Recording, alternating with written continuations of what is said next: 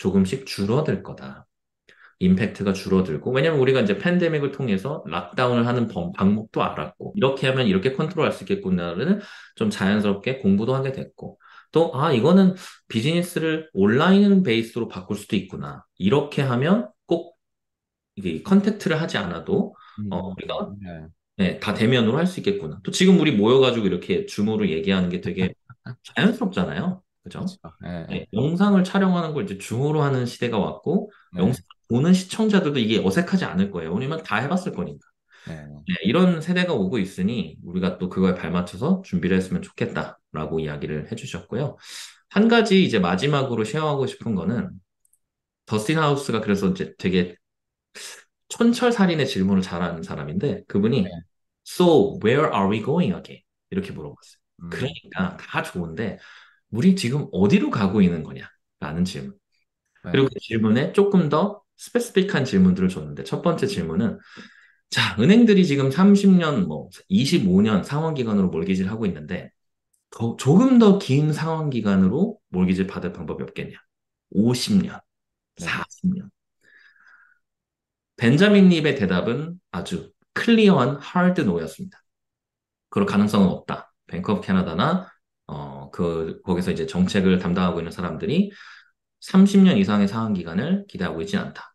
물론 변동이자 때문에 어쩔 수 없이 원금 상환이 되지 않아서 상환 기간이 늘어난 분들에게는 사실 해당이 되는 일은 아니지만 새롭게 몰기지를 받거나 트랜스퍼나 리파이낸스를 하는 분들은 30년이 최상일 것이다. 물론 B랜더나 프라이빗 랜더 같은 경우는 이쪽은 조금 더 제너러스한 애멀타이제이션을 갖고 있기 때문에 아직까지도 35년으로 상환 기간을 할 수 있는 은행들도 있어요. 네. 있는데 구조적으로 30년이 맥스일 거고 50년까지는 생각 안 한다라는 답변. 그게 저는 브로커가 아니지 잘 모르겠는데 50년으로 하는 게 이 정부 정책으로 결정이 되나요? 아니면 은행들이 알아서 할 수 있는 부분이 있는 건가요? 두 보면 가지 한국에서도 저 기름은 기억이 안 나는데 최근에 50년인가 한번 내가지고 보금자리론이었나? 약간 그래가지고 맞아요. 한번 그게 한번 싹 몰렸다가 너무 몰리니까 또 이제 잠정 중단을 한 것 같긴 한데 저도 근데 미국에서도 제가 얼마 전에 40년짜리 모기지가 나오네 공청회 한번 한 적이 있다고 기사를 한번 공유한 적이 있는데 이게 어떤 식으로 결정이 되는 건가요? 아마 두 가지 다일 것 같아요. 그러니까 저도 프로그램 자체, 그러니까 랜딩에 대한 프로그램 자체에 직접적으로 이제 관여해 본 적은 없기 때문에 저도 이제 네. 브로커로서 듣는 자료를 가지고 쉐어를 하자면 기본적으로 은행에서 어떤 금융 상품을 만든다. 그러면 당연히 프로핏을 보고, 그러니까 내가 어떤 구조를 가지고 이런 수익 구조를 만들 거야라는 거를 첫 번째로 좀 생각을 하게 되겠죠. 네.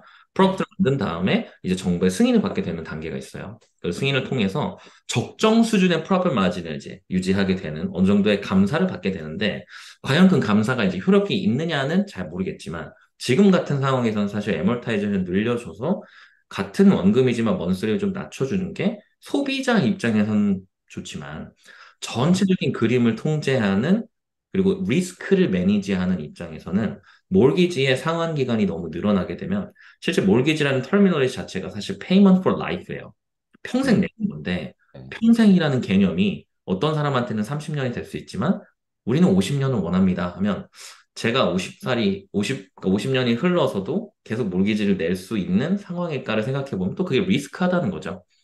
그러니까 리스키한 포인트를 줄이려고 그 정부에서 그렇게 하는 걸 수도 있고요. 또 은행에서 그게 마진이 안 맞을 수도 있을 것 같아요. 음. 자, 두 번째 같은 경우는 일단 더스틴 아우드하우스가 우리 벤자민님한테 그러면 우리는 테크니컬 리세션이라고 불릴 수 있는 뭔가 좀 우리가 일부러 만들어낸 리세션에 가까운 거 맞냐라고 물어봤을 때 본인 생각에는 맞다라고 하더라고요. 우리가 지금 의도적으로 금리를 올려서 어느 정도의 성장을 낮추고 인플레이션을 낮추는 거에 있어서 잘하고 있다. 테크니컬하게 우리가 리세션을 만들어내고 있던데 중요한 거는 2025년과 2026년이 너무 걱정된다. 왜 그러냐면 그때가 딱 코비드 2020년부터 2022년까지 이자가 엄청나게 낮아서 아주 아주 많은 사람들이 원래 다른 모기지가 있다가 리파이낸스 한 사람도 있고 집을 산 사람도 있고 리뉴를 좀 앞당겨가지고 빨리 한 사람들이 많아요. 그리고 변동을 하는 사람도 많지만 또 고정을 한 사람도 많거든요. 이 변동을 한 사람들 안에서도 물론 고정 이자를 하게 됐으면 이자가 락인되었기 때문에 페이먼트가 바뀔 방법이 없지만 변동이자를 했었을 때도 스태틱 페이먼트라고 해서 실제 몰기지 페이먼트가 바뀌지 않은 분들도 많았어요. 그리고 네. 이번에 트리거 포인트를 지나오면서 몰기지 페이먼트가 확 늘어난 상황. 아마 캐무자님은 제가 알기로는 이제 프라임이 오를 때마다 조금 작게 작게 몰랐죠? 계속 네. 먼슬리가 올라서 약간 매를 살살살살살살 여러 번 어떤 사람은 매를 한 대도 안 맞고 있다가 아주 세게 한 번씩 탁탁 맞는데 농담 삼아 브로커들끼리 어떤 얘기를 하냐면 인스타그램을 보면 이 사람이 스태틱 페이먼트인지 아닌지 알 수 있다. 무슨 말이야? 네. 인스타그램에서 아직도 외식을 하고 네. 네. 뭘 하고 있다? 이 사람은 변동을 했지만 스태틱 페이먼트일 거야. 한동안 인스타그램에 아무것도 안 올린다? 아, 이 사람은 먼슬리가 올랐나 보다. 우리 뭐 캐부자님은 이제 열심히 유튜브 업로드를 하고 계시니까 근데 또 반대로 또 먼슬리가 오르고 계시네요. 매달 오르고 있죠. 네네네. 그래요. 네, 이런 것들 때문에도 걱정이 많다 해주셨고, 또 53%의 캐네디언 몰기지 자체가 2025년과 26년도에 리뉴가 다가오고 있기 때문에, 물론 이 음, 데이터는 저 줄어들 수도 있고 더 많아질 수도 있는 건 계속해서 더 쌓일 거지만, 이것들이 한 번에 몰렸을 때, 과연 2%, 1%대 이자를 내고 있는 사람이 7%, 6%라고 하는 고금리가 유지된 상황에서 먼슬리를 감당할 수 있을 것인가? 음, 그럼 먼스를 감당 못하면 어떻게 할 거냐? 집을 팔아야 되나? 리파이낸스를 통해서 상환 기간을 늘려야 되는데, 3년, 4년밖에 안 지나서 내가 남아있는 상환 기간이 얼마 없다. 이러면 대책이 없는 거죠. 그리고 음, 너무 잘 아시겠지만, 에멀타이제이션 테이블 같은 경우는 첫 번째 7년 동안에는 원금보다는 이자를 더 많이 내게 되는 구조다 보니까 실질적으로 원금이 많이 줄어들었지 않았는데 더 큰 문제는 높은 이자율 때문에 퀄리파잉 레이시라고 하는 스트레스 테스트를 경험한 이 이자율이 너무 높아지니까 내가 가지고 있는 인컴은 이만큼 오르지 못했는데 내가 갖고 있는 몰기지 원금은 이만큼 줄지 못했는데 더 많은 인컴이 필요해서 이 몰기지를 그냥 리뉴밖에 할 수 없는 사람들이 많아질 거라는 거죠. 그렇게 네, 되면 물론 이 영상을 보고 있는 분들 중에 셀러도 있을 거고 바이어도 있을 거고 또 몰기지를 그냥 갖고 있는 홀더도 있을 텐데 누구에게는 이게 기회처럼 들릴 수 있어요. 사람들이 페이먼트를 못하면 집을 팔지 않을까? 그럼 서플라이가 많아지는 건가? 누구한테는 굉장히 프라이트닝한 뉴스일 수 있죠. 야, 이거 어떡하냐? 나 25년에 해야 되는데. 그러다 보니까 이거에 대한 준비와 좀 생각에 대한 정리를 미리미리 했으면 좋겠다라고 우리한테 이야기해 주시는 것 같고, 마지막으로는 전반적인 부동산과 몰기지 인더스트리에게 좀 경종을 울리는 메시지를 하나 주셨는데, 네, 저도 이쪽에서 일을 하고 있지만, 실질적으로 일을 하면서 만나는 많은 사람들이 굉장히 좀 고여 있어요. 그러니까 이노베이션이 필요하다는 얘기를 했어요. 그러니까 이거는 뭐 새로운 발명을 한다기보다는 지금 우리가 갖고 있는 것들이 좋지만 이거를 지금 현 시대에 사람들이 가고 있는 뭐 테크놀로지나 아니면 마인드셋이나 이런 것들에 좀 우리가 따라가야 된다. 저는 개인적으로 회계 백그라운드 갖고 어카운팅 인더스트리에 있다가 여기 왔는데 어카운팅 인더스트리도 굉장히 올드 패션인데 여긴 더 네. 합니다. 아, 그래요? 사람들의 생각도, 그리고 그거를 결정하는 아주 높은 분들의 연령대도 높고, 이 사람들이 갖고 있는 마인드셋도 굉장히 올드하기 때문에, 네. 지금 현재 시장에 진입하고 있는 20대, 30대들의 생각을 다 읽을 수는 없을 거예요. 그래서 어느 정도 이노베이션이 필요했으면 좋겠고, 이거는 퍼블릭과 프라이빗 섹터. 퍼블릭이라고 하면 정부, 은행, 이쪽에서 해줘야 될 것과 프라이빗 섹터, 뭐 테크놀로지를 만든다거나 아니면 우리가 실제 몰기지를 프로세스할 때 더 도움이 되는 여러 가지 방법들을 프라이빗에서 제공을 하면서 이것들이 하나로 합쳐졌을 때 이노베이션이 가능하다. 그래서 너네들 인더스트리 또 이제 우리 캐 부장님도 이제 리얼터 공부를 통해서 리얼 에스테이트 프로페셔널이 된다면 우리 모두 다 포함되어 있는 이 큰 판 자체가 이 판이 이노베이션이 필요하지 않으면 계속해서 뒤로 갈 수밖에 없다라는 메시지를 주셨습니다. 음, 뭐 구체적으로 어떤 이노베이션이 있는지는 말씀 안 하신가 봐요. 그죠? 일단 아마 그거에 대한 궁금하게 한 어떤 게 있을지 생각이 궁금해요. 없었을 거예요. 네, 아마 있으셨으면 본인이 하셨을 겁니다. 네. 네. 얘기 말씀 잘 들었습니다. 일단은 제가 지금 느끼는 거 2025년 그 말씀하셨잖아요.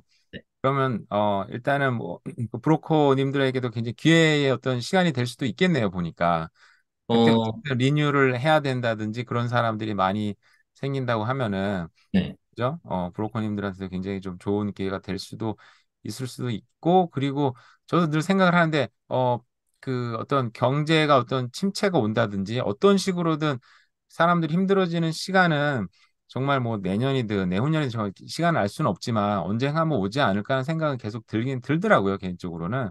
왜냐하면 중국 경제가 좋아진다고 얘기를 많이 했었었는데도 불구하고 이거 너무 좀 이렇게 그 좀 세계 경제를 얘기할 것까지는 아니겠지만은 그 이게 보니까 데이터를 저도 이제 뭐 신문에 나온 데이터들이긴 한데 이게 경제나 어떤 규모의 경제가 인도로 넘어가는 것들이 생각보다 굉장히 더디게 되고 있다 보니까 이 사람들이 예상한 바대로 인도로 자연스러운 어떤 경제 흐름이 넘어가면 세계 경제 계속 지속된다라고 생각해 왔는데 그게 안 되다 보니까 중국 경제에 생각보다 락 걸려 있는 경우도 많이 있고 거기에 맞춰서 개인 경제들까지 만약에 뭐 내년, 내후년에 어려워진다 그러면 역시 좀 체력적으로 버틸 수 있는 사람들, 좀 캐시를 많이 갖고 있다든지, 일반 뭐 저 같은 사람들보다는 좀 더 어떻게 보면 기득권층에 좀 더 큰 기회가 오지 않을까라는 생각이 들기는 들어요.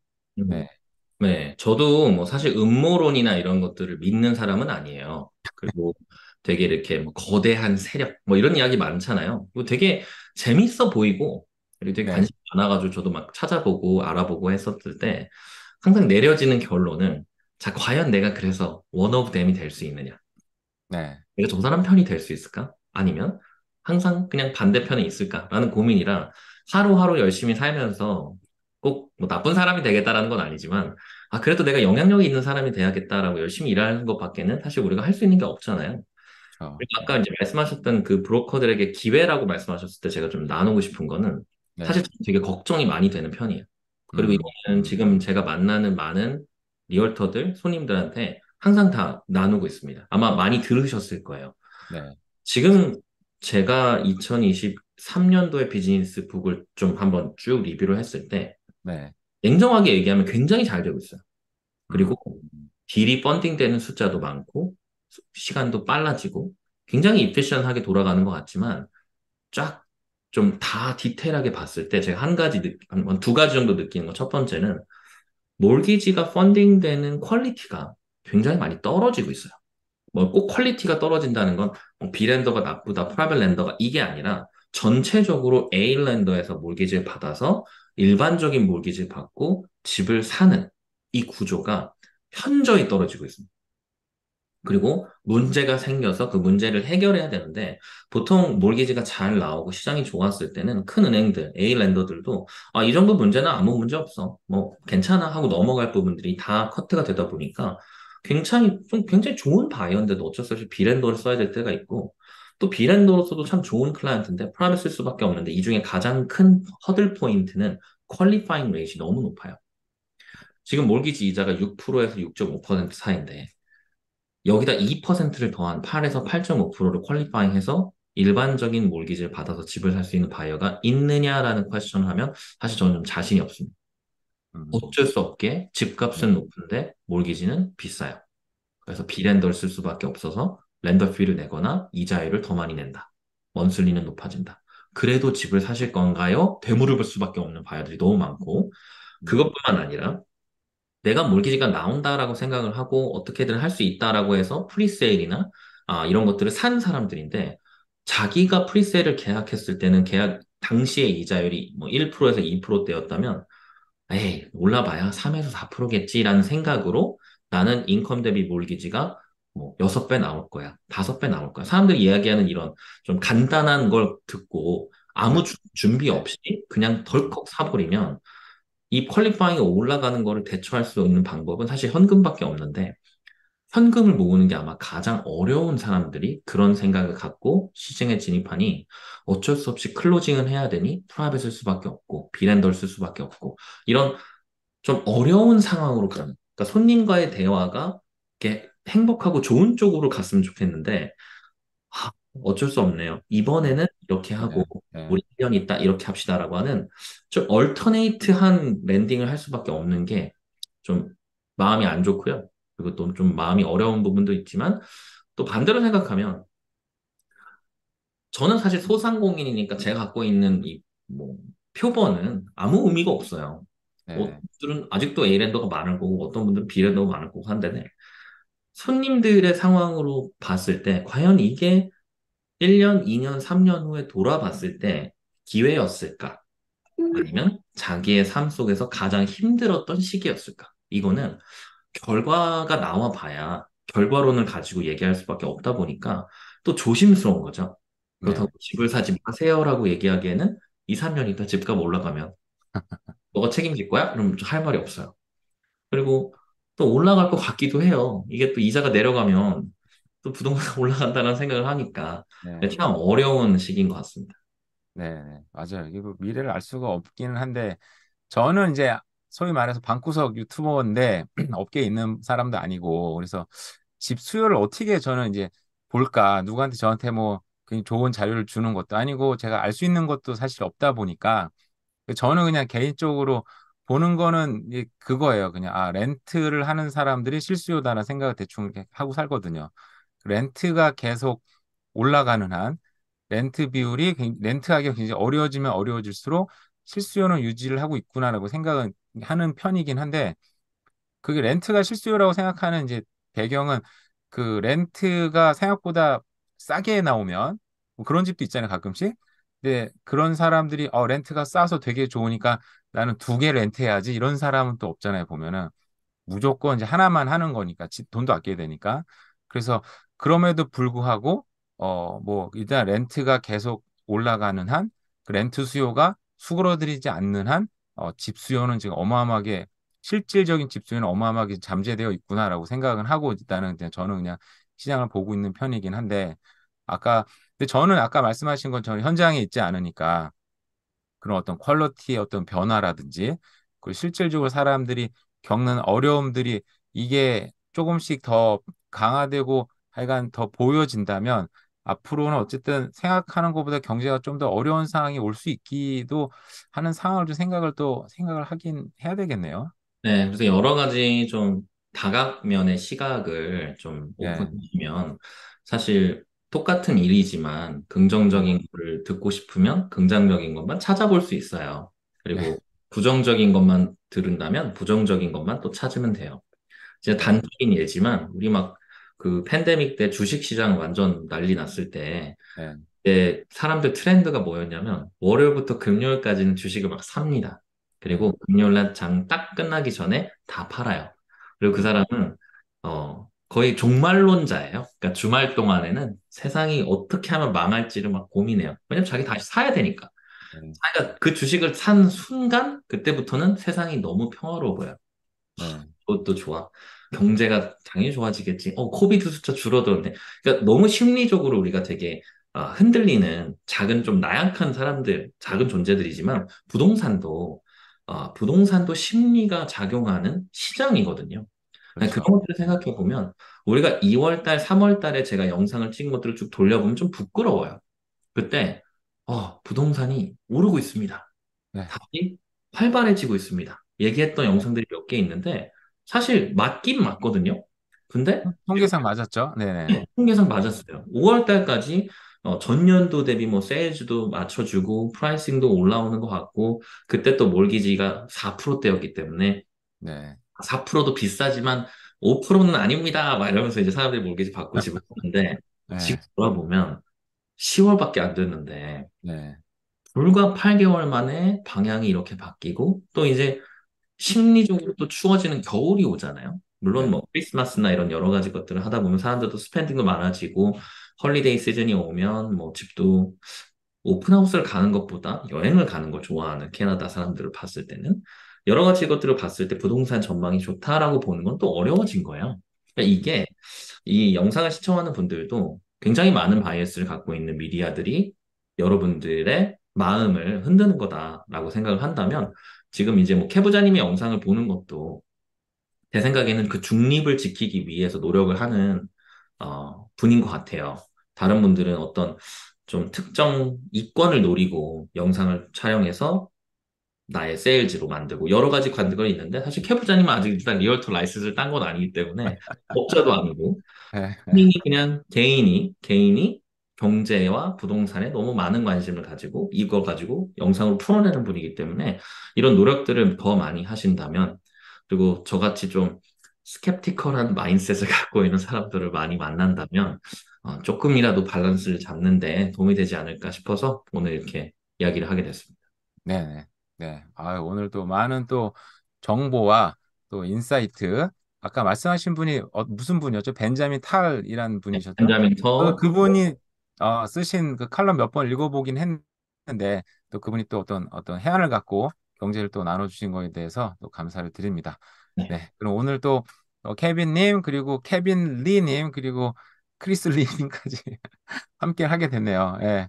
다음에는 좀 더 이렇게 다양한 의견도 나눠보는 것도 되게 재밌을 것 같아요. 한번 그 좀 어떤 공간에 모여서 자연스럽게 토론하는 것도 한번 해보면 되게 재밌다는 생각이 드는데 어쨌든 오늘도 시간 함께 해주셔서 너무 감사합니다. 네, 감사합니다. 네, 네, 다음에 또 감사합니다. 뵐게요. 감사합니다. 네. 수고하셨습니다.